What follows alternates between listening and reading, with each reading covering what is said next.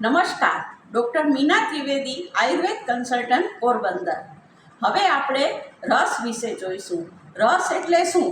જે વસ્તુ આપણે મોઢામાં મૂકીએ અને જે સ્વાદનો અનુભવ થાય એને રસ કહેવામાં આવે છે.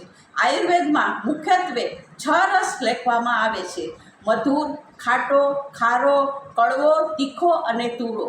આ 6 રસનું પ્રમાણસર સેવન કરવાથી બધા રોગો આપણને થતા નથી અને આપણું શરીર સ્વસ્થ રહે છે.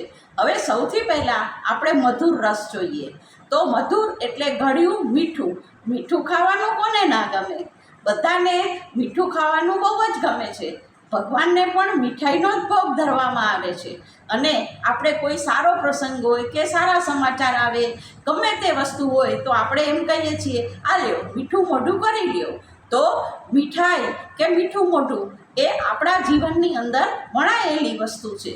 તો આ મીઠો રસ છે એ સૌ પ્રથમ આપણને ઉપયોગમાં આવે છે અને બધાને ભાવે છે. એનાથી મન પ્રસન્ન રહે છે અને આપણી ઇન્દ્રિયો પણ પ્રસન્ન રહે છે.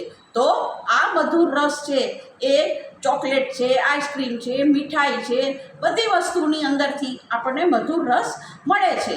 આપણને તો ઠીક, પણ જીવજંતુને પણ જે મીઠો રસ હોય એ ગમે છે. જ્યારે મીઠી વસ્તુ કે ખાંડ કે ગમે તે ઢોળાયેલું હોય ત્યાં કીડી મકોડા તરત આવે છે. એટલે મીઠો રસ છે એ આપણે કોઈ પણ જીવજંતુ હોય એને પણ પ્રિય છે. પ્રાણીઓને પણ મીઠો રસ પ્રિય છે. મીઠો રસ છે એ આપણે બાળપણથી જ મળે છે. કારણ કે જ્યારે માનું દૂધ પીએ કે કોઈ પણ ગાયનું કે ગમે એ દૂધ બાળપણમાં પીવામાં આવે તો એ દૂધની અંદર મીઠો રસ હોય છે. એટલે આપણું બંધારણ જ છે શરીરનું તે મીઠા રસથી થયેલું છે. વધારામાં મીઠો રસ છે એ પુષ્ટિ આપે છે, વાળ વધારે છે, ભાંગેલા હાડકાને જોડે છે અને ખાસ કરીને ખૂબ જ બળદાયક છે.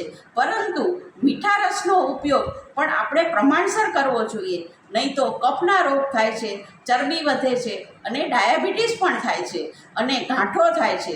તો પછી આપણે મીઠા રસનું સેવન પણ પ્રમાણસર કરવું જોઈએ. દરેક વસ્તુ છે એ માપમાં લેવાય તો સારું, બરાબર ને? મારા વિડીયોને સબસ્ક્રાઈબ કરો અને લાઈક કરો.